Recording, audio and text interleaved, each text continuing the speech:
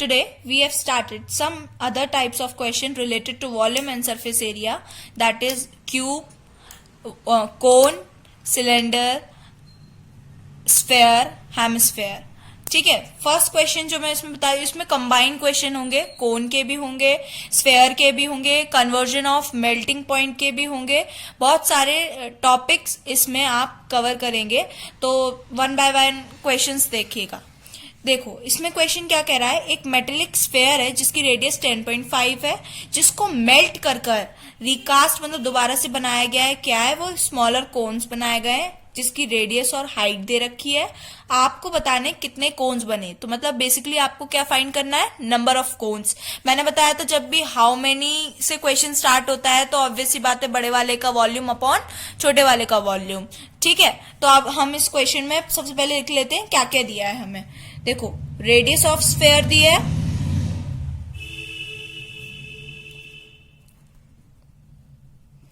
.5 that is 21/2. मैं इसको easy calculation में कर ले रही हूं.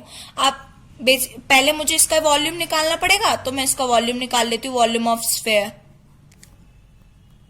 क्या होता है? वॉल्यूम ऑफ स्फेयर जल्दी से बताओ. 4/3 पाई आर क्यूब. आप मुझे सबके वॉल्यूम लिखकर कमेंट्स में भी बता सकते हैं. ठीक है. अब इसमें रख 4/3, पाई की वैल्यू 22/7, आर क्या है? 21/2. तो इसका क्यूब करेंगे तो ये हो गया r इंटू 22/7 इंटू 21/2, 21/2. ठीक. अगर मैं इसको देखूं, ज्यादातर जब डिवाइड करने वाले हो ना तो उनको पाई के टर्म्स में निकाल लोगे ना तो कट जाता है पाई से पाई. तो मैं उसी में कर रही हूँ. 4/3 21 का क्यूब से मल्टीप्लाई करेंगे तो पूरा होल मल्टीप्लाई करके लिख देती हूँ मैं. 3087/2 बचेगा काटने पीटने के बाद. इसको काट दो 2 1 1, इसको काट दो 2 टाइम्स और इस 2 से कट गया. ठीक. 7 से 3 बार कट गया और ये 3 इससे कट गया. 21 441 होता है, फिर उसका 11 से मल्टीप्लाई कर दो और अपॉन सिर्फ 2 बचा. ठीक. अब ये आ गया पाई के टर्म्स में. ये तो मैंने पाई हटा दिया है तो है, ये पाई के टर्म्स में है. तो ये आ गया आपका volume and surface area pi के टर्म्स में. विदाउट पाई के टर्म्स में आपका क्या रह जाएगा? 11 इंटू 2441. तो वो आपका रिमेनिंग वॉल्यूम बचेगा. मैं पाई के टर्म्स में भी बता देती हूँ, कुछ बच्चे बिना पाई को रिप्लेस करे हुए करते हैं तो इसलिए. अब उसने बोला है रेडियस दे रखी है कोन की. कितनी है radius of cone? 3.5 that is 7/2. ठीक. अब हाइट कितनी है उसकी? 3 सेंटीमीटर. तो वॉल्यूम ऑफ कोन का फॉर्मूला क्या होता है? 1/3 पाई आर स्क्वायर एच. तो 1/3 पाई, मैं इसको पाई के टर्म्स में ही छोड़ूंगी क्योंकि वो कट जाएगा. तो 3 से 3 गया. 49/4 पाई सेंटीमीटर क्यूब. ठीक है. अब आते हैं नंबर ऑफ कोन्स निकालने हैं. तो क्या होता है? Volume of sphere upon volume of cone. तो लिख दो जल्दी से. 3087/2 पाई अपॉन 49/4 पाई. तो ये देखो पाई इधर जाएगा, पाई से पाई कट गया. 4 सबसे ऊपर जाएगा. 87 इंटू 4 अपॉन 49 इंटू 2. ठीक है. इसको सॉल्व करेंगे तो हमारा आ जाएगा 126 आंसर. तो मतलब नंबर ऑफ कोन्स कितने आ गए? 126. तो ये था आपका first question. Now we move on a second question. एक वेसल है वो हेमिस्फेरिकल बाउल की फॉर्म में है. उसको mounted by a hollow cylinder. मतलब बाय का मतलब है कि सिलेंडर के नीचे. बाय मतलब नीचे, तो सिलेंडर के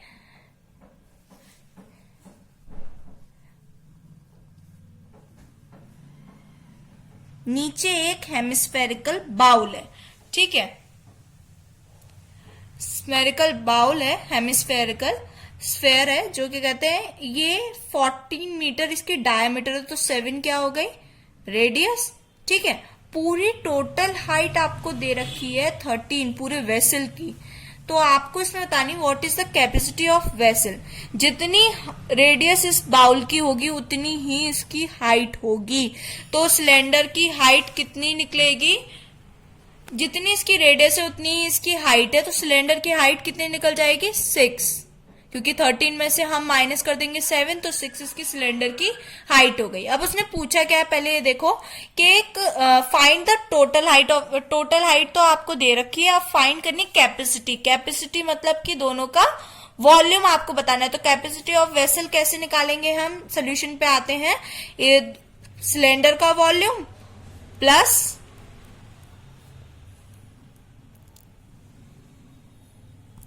कोन का, हेमिस्फेयर का वॉल्यूम, तो ये क्या निकल आएगी कैपेसिटी पूरे वेसल की। तो सबसे पहले हमें क्या क्या गिवन है हम वो लिख लेते हैं। रेडियस है 7, सिलेंडर की हाइट है 6 और बस इतना ही इनफ है। तो फॉर्मूला लगा दो pi R square H plus 2/3 pi R cube. तो इसको खोल लो, 22 into 7 into R 7 into 6 plus 2/3 pi R 7 into 7 into 7। एक 7 से एक 7 गया, 7 से 7 गया, और तो बाकी कुछ जाएगा नहीं, तो इसको लिख लो 9 to 4। तो इसका कैलकुलेशन से 49 ये आ गया आपका इतना, नहीं ये 9 to 4 आएगा, मल्टीप्लाई कर ये आपका आ जाएगा 2156/3, क्योंकि 49 2 और इंटू 22, तो ये हो गया। अब इसको मैं यहाँ पे डिवाइड कर लेती हूँ, तो ये आ जाएगा 3 से गया 718.67, टोटल करा तो 164.267 सेंटीमीटर स्क्वायर आ जाएगा। ठीक है, आप इसको करके दे सकते हैं साइड में, पर मेरे को हो जाती कैलकुलेशन तेज, तो मैं कर लेती हूँ। क्वेश्चन नंबर, इसका ही बी पार्ट है, inner surface area of the vessel. Inner surface area, जब भी आपको ऐसे यार टोटल सरफेस एरिया पूछे तो आपको वो क्या पूछ रहा है क्वेश्चन में, दोनों का CSA पूछ रहा है। तो अब आते हैं, अब इनर सरफेस पूछा है तो दोनों का कर्व सरफेस एरिया आपको प्लस कर देना है। जब भी ऐसे सरफेस की बात होती है ना, जब भी माउंटेड हो तो वो टोटल भी लिखे तो आप इजिली समझ जाना कि वो किसकी बात कर रहा है, उसके दोनों के CSA की बात कर रहा है।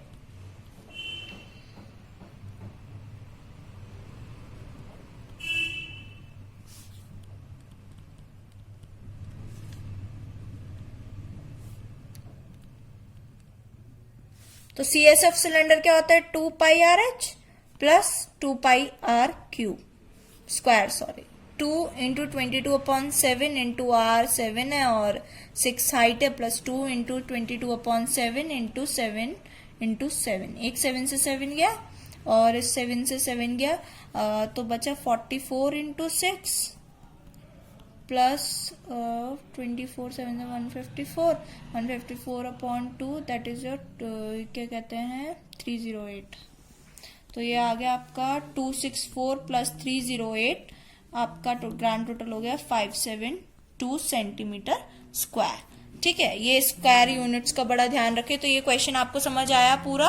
क्या कहते हैं, एक वेसल है जिसका हेमिस्फेरिकल बाउल दिया था, जिसको किसके ऊपर किया था, सिलेंडर बाउल के ऊपर माउंटेड था। डायमीटर आपको पूरी दे रखी थी 14 और टोटल हाइट आपको 16 दे रखी थी, तो आपने कर लिया। इस चैप्टर में सिर्फ कैलकुलेशन है, बाकी आप इजीली इसको कर सकते हैं। अब नेक्स्ट क्वेश्चन पे चलते हैं। A tent in the form of right circular cylinder, एक टेंट है जो राइट सर्कुलर सिलेंडर में दिया गया है, जिसके ऊपर सरमाउंटेड बाय अ कोन, मतलब कि एक सिलेंडर के ऊपर क्या रखा हुआ है, कोन रखा हुआ है। तो हम पहले क्या कहते हैं, इसका डायग्राम बना लेते हैं। इसके क्या कहते हैं, अब क्या दे रखा है, द डायमीटर ऑफ सिलेंडर 24, तो रेडियस कितनी हो गई 12 हो गई। ठीक है, the height of the cylindrical portion is 11, इसकी पूरी कितनी दे रखी है height 11, while the vertex of the cone is 16 metre above, मतलब कि ये पूरी कितनी दे रखी है आपको 16 दे रखी है। तो ये रिमेनिंग वाली कितनी आ गई आपकी 5 आ गई। ठीक है, अब उसने पूछा है find the area of canvas required for the tent. इस पूरे टेंट में कितना उसका एरिया लगेगा, एक कपड़ा लगेगा कि कितना के उसके ऊपर हमें मतलब टेंट बनाने के लिए। तो सबसे पहले जब भी ऐसा कोई क्वेश्चन आता है कॉस्ट या कैनवास बनाने के लिए कितना एरिया लगेगा, तो उसमें सी ऐसे ही निकलता है। तो हमें क्या करना पड़ेगा, एरिया ऑफ कैनवास निकालने के लिए तो curve surface area of cylinder plus curve surface area of cone. तो फटाफट से करते हैं। रेडियस क्या दे रखी है सिलेंडर की हमें 12, हाइट कितनी दे रखी है 11। तो हम क्या निकाल सकते हैं, C S A of cylinder plus C S A of cone निकाल के देंगे तो हमें एरिया जो चाहिए, एरिया ऑफ कैनवास, वो निकल जाएगा ना।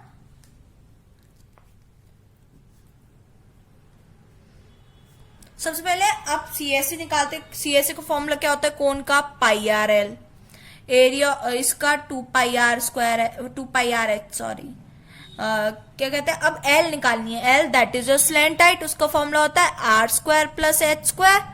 तो एल निकालनी तो आर है 12 का स्क्वायर प्लस 5 का स्क्वायर, तो ये आ जाएगा आपका 169, क्योंकि 144 प्लस 25।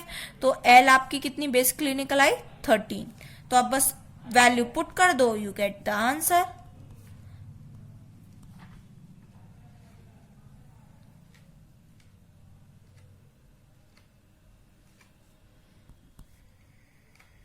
एच कितना है 11 प्लस 22/7 इंटू 12 इंटू 13। इसकी कैलकुलेशन करो तो ये हो जाएगा, बेसिकली मैं इसको सॉल्व करके लिख देती हूँ। ये हो जाएगा 120 into 22/7, that is basically upon 1320 metre square. ये एरिया ऑफ कैनवस आपका निकला है। मैं इसका एक पार्ट बताती हूँ, जब भी ऐसे निकला करे ना तो इसमें से देख लिया कॉमन क्या है, पाई आर कॉमन था तो 2 बचा, एच प्लस एल। ठीक है, तो मैंने बेसिकली उसको शॉर्ट फॉर्म में करके कर लिया। तो मैं एक और बार यहाँ पे फर्दर इसका करके दिखा देती हूँ, इजी पड़ती है कैलकुलेशन। तो 22 plus 13 that is your 22/7 into 12, 13 plus करोगे तो 35, ये गया 5 बार। तो बेसिकली इसका आंसर आ गया 320। तो ये अल्टरनेटिव मेथड है, तो आप ये भी करना चाहो तो ये भी इजी पड़ता है। ठीक है, अब नेक्स्ट क्वेश्चन पे चलते हैं। देखिए अब ये नेक्स्ट क्वेश्चन है, एक वेल है, मतलब कि एक कुआं दे रखा है आपको। ठीक है, अब अर्थ एक वेल है जिसकी इनर डायमीटर, मतलब कि डायमीटर आपको रेडियस कितनी दे रखी है, वेल की रेडियस आपको 14, वो डायमीटर 14 है तो रेडियस 7 हो गई, और डेप्थ मतलब हाइट कितनी दे रखी है आपको 15 मीटर है।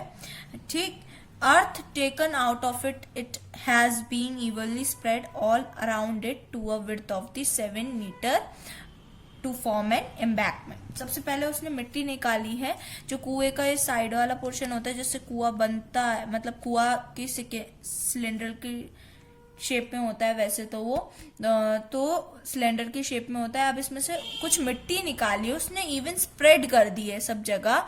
तो आपको बतानी है वो मिट्टी कितने ऊपर तक एम्बैंकमेंट होगा, क्या उसकी हाइट है, मतलब उसकी बाउंड्री कितनी बड़ी बनी है। तो सबसे पहले तो हमें वॉल्यूम ऑफ क्या निकालना पड़ेगा, यहाँ पे वेल मतलब कुएं का वॉल्यूम निकालेंगे जो कि पाई आर स्क्वायर एच होगा। तो क्या हो जाएगा 22/7 इंटू 7 इंटू 7 इंटू 15। तो ये कट गया, तो ये आ गया आपका 2310 मीटर क्यूब आ गया कि नहीं आ गया। अब उसने बोलना है कितना डग आउट है, मतलब जितनी मिट्टी निकाली वो वेल कुएं खोदने के लिए, तो वही वॉल्यूम ऑफ कुआ और वॉल्यूम ऑफ अर्थ डग बराबर ही तो होगा, क्योंकि वॉल्यूम ऑफ वेल निकाल रहे हैं हम यहाँ पे। तो वॉल्यूम ऑफ वेल तो उसी के बराबर होगा ना, क्योंकि जिसमें कुआ बनाओगे उसी में तो कितना खोदोगे उसे उसी के बराबर तो होगा। अब उन्होंने बोला है कि 7 मीटर की चौड़ाई से उसको क्या करा गया है, उसको क्या कहते हैं खोदा गया है। तो आपको एक्सटर्नल रेडियस कितनी हो जाएगी, ये विड्थ आपको दे रखी है, ये जैसे 7 है तो ये भी आपको 7 दे रखी, तो टोटल रेडियस बाहर वाले की क्या हो जाएगी 14, और इंटरनल 7। तो आपको एरिया ऑफ एम्बैंकमेंट निकालना है, मतलब कि कितना बचा हुआ एरिया निकालना है। तो दोनों के एरिया को मैं माइनस कर दूंगी तो मेरा एरिया ऑफ एम्बैंकमेंट निकल आएगा। तो क्या होगा, pi R square minus pi R square. तो एरिया ऑफ रिंग वाला लगा सकते हैं हम यहाँ पे, उससे हमारा निकल आएगा। तो 22/7 कर दूं और इसकी रेडियस कितनी हो जाएगी 14 + 7, 14 माइनस 7 का स्क्वायर। तो क्या हो जाता है 14 का स्क्वायर तो होता है 196, 196 माइनस 49। तो आपका ये आ गया 22/7 इंटू 7। ठीक,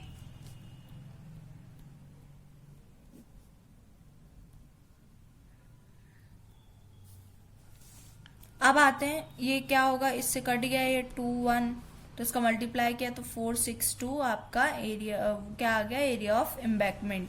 जब भी हाइट ऑफ द एम्बैंकमेंट निकालनी होती है तो आप क्या कर सकते हैं, वॉल्यूम ऑफ एम्बैंकमेंट, जो कि वॉल्यूम ऑफ किसके बराबर था, अर्थ डक के बराबर, वो मतलब वेल के बराबर था, वही वॉल्यूम ऑफ एम्बैंकमेंट भी वॉल्यूम ऑफ अर्थ डक के बराबर है, जो कि आपका वॉल्यूम पीछे वेल का निकाला है हमने।